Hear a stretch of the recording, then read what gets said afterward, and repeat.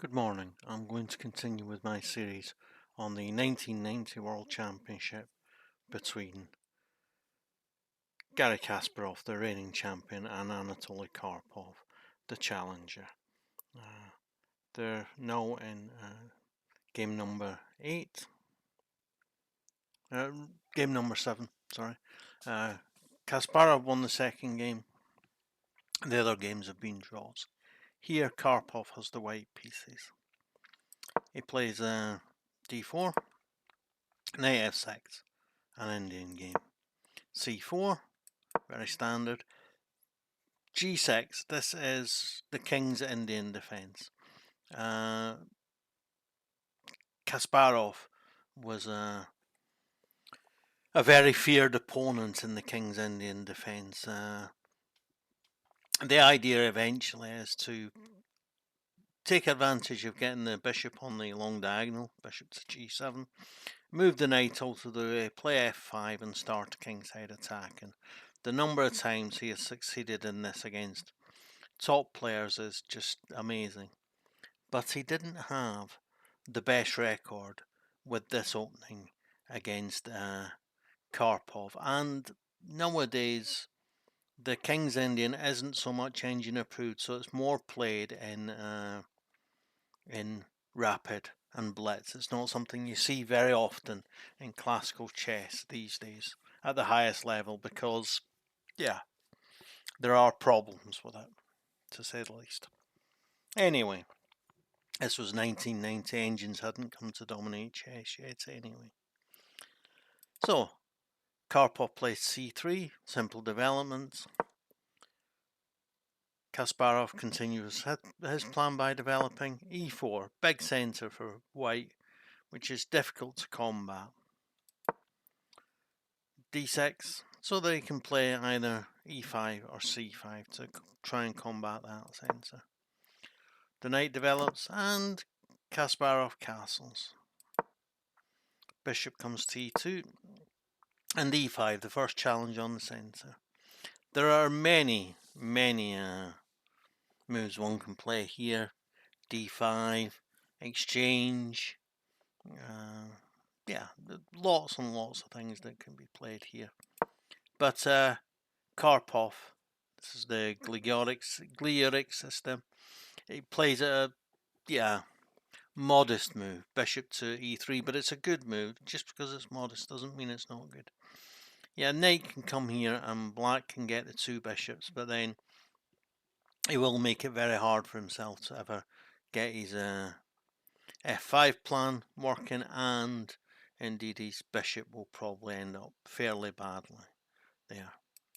So he doesn't do that, he plays rather a6, which might seem like a crazy place to be putting the bishop, but it's kind of standard in King's Indian defense systems to play the knight to a6 so that it supports the pawn which comes to c5.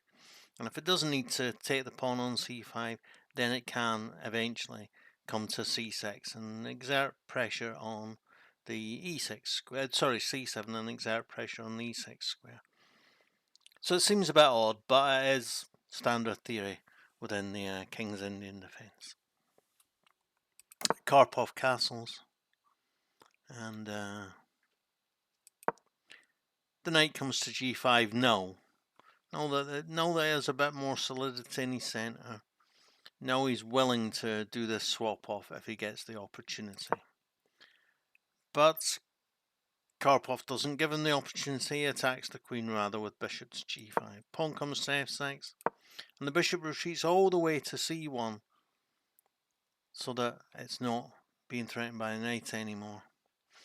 And this f6 pawn has made it harder to get in the move f5, which is a key move in the King's Indian defense. The king comes to h8, just to be out of the way of future alignment issues. It's sensible to put in a defensive move here. Pawn comes to h3, and the knight gets chased away to h6. So he takes the pawn, he wants to open up the centre, and now really he doesn't want to take with the d pawn and allow the queen swap, because he has just got a slightly worse position with this Maroczy type bind on the d5 square. He doesn't really want that, so he takes with f5, and you might think, okay, the file's open, half open anyway, so it doesn't matter so much about playing this f5. f5 is an important part of the attacking process in the King's Indian defense in order to get this pawn duo to be attacking the king with. So it really hindering his own plans there. Bishop comes to e3. No, the knight can't come back here and threaten. It's a good square for the bishop. The knight comes to f7 and the queen comes to d2. He might be threatening to play bishop here and try and swap off the bishop. The bishop couldn't move because it's pinned to the rook. The knight comes to c5, so that he might at some point be threatening to take this pawn or push this pawn, or yeah. So the knight comes to g5 and it's taken and the bishop takes, and Kasparov plays bishop to f6. Actually I think no, it's completely even, but I think no, Karpov could just take the bishop and then all the main points of a King's Indian type attack are gone for black. The powerful bishop on the long diagonal wouldn't any longer exist, and the pawn duo on f5 and e5 wouldn't any longer exist. You know, we could count this as a success, even now, for Karpov. But he retreats the bishop. He's got a good square for it. The knight comes to e6. Maybe looking at playing here at some point, playing here. Bishop attacks the knight, and the bishop itself is attacked. He takes back. So now Kasparov's got the two bishops. They've both got 7 pawns, but this is a backward pawn, which makes this pawn weak. And yeah, Karpov just has a better pawn structure. But of course the pawn on c4 was threatened. So he comes to d5, so it's a good square for the knight, and so that the pawn isn't any longer threatened. Bishop comes to h4, and the rook supports the c pawn. King comes to h7 to defend this weak g6 pawn. The rook comes to c3, and the rook comes to f7, so he might double rooks here. He might eventually think about doubling rooks on the f file. He just makes his structure a bit more solid with b3. Pawn comes to c6 to chase the knight away. The knight retreats.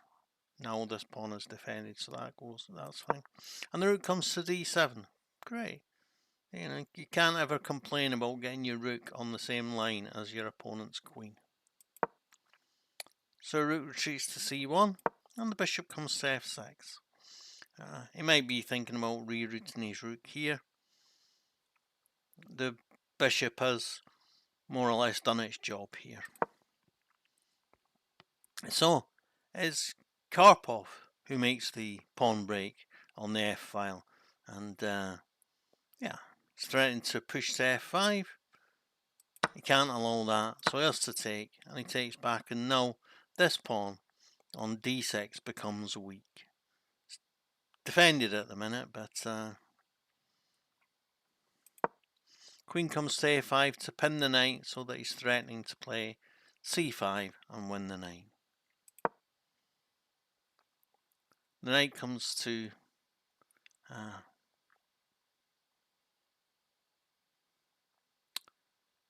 d5. Sorry, the queen's defended by the bishop.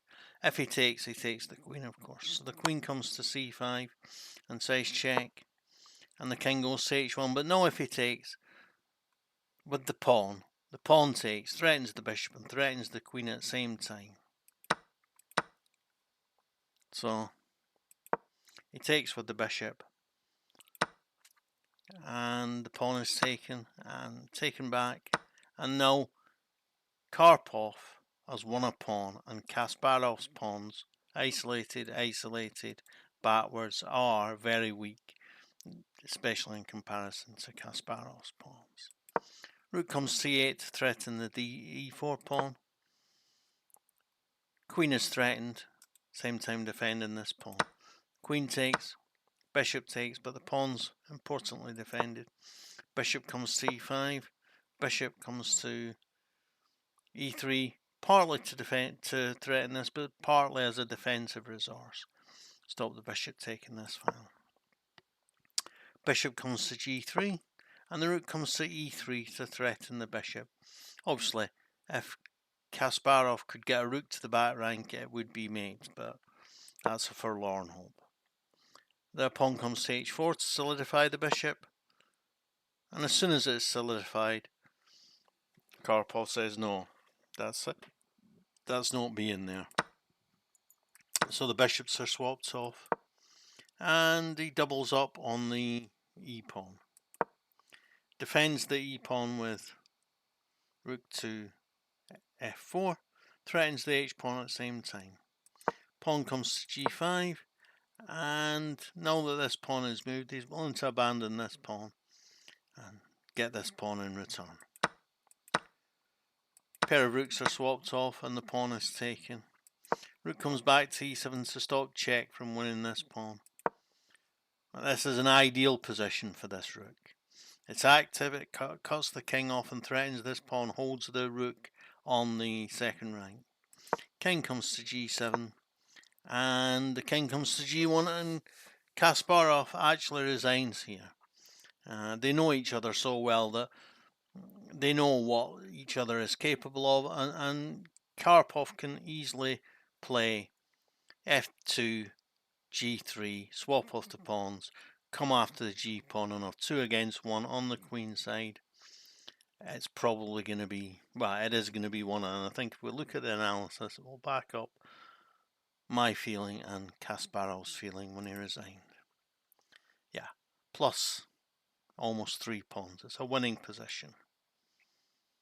Plus 3.6 it says here, even though it says plus 2.6 here. It's just, you know, these pawns are very, very difficult to defend, and this king can become active. This king will never become active. And yeah, just, you know, and as long as he gets this pawn, Karpov can abandon this pawn, take this pawn, take this pawn, take this pawn, and these two will decide the game. So yeah, a justified resignation from Kasparov, and that was the match level again after 8 games. It just shows the closeness in quality between these two great players. Kasparov was just a bit better than Karpov, but only just, you know, and they had some really even and tight games and some really even and tight matches. Yeah, okay. So don't forget to like, share, comment and subscribe. Thanks. Bye.